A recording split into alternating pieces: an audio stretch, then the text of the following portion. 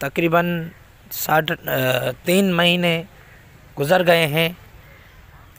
मही मकोल पुलिस जो कंबर डिस्ट्रिक्ट के ज़िला कंबर शदाद कोट के हद में मही मकोल थाना है, जो SHO वाहिद बख्श लाशारी ने एक मासूम बच्चे को जिसका नाम ज़मीर हुसैन चांडियो को शहीद किया था।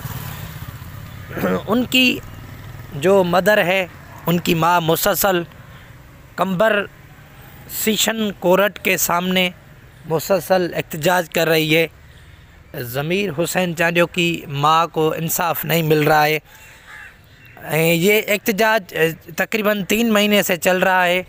मैं supreme court IG Sindh Islamabad आला इदारों से ये रिक्वेस्ट करता हूँ तो शहीद ज़मीर चांडियो को SHO वाहिद बख्श लाशारी जो मही मकोल SHO है डिस्ट्रिक्ट कंबर शदाद कोट और SHO मुनवर लाहौरी और 5 सिपाही एहलकार है, पुलिस एहलकार हैं, उसने ज़मीर चांडियो को शहीद किया था बेगुनाह। उसकी जो मदर है, उसके रिश्तेदार जो हैं वो मुसलसल कंबर सेशन कोर्ट के सामने एहतजाज कर रहे हैं तो हमें इंसाफ मिले, हमें इंसाफ मिले।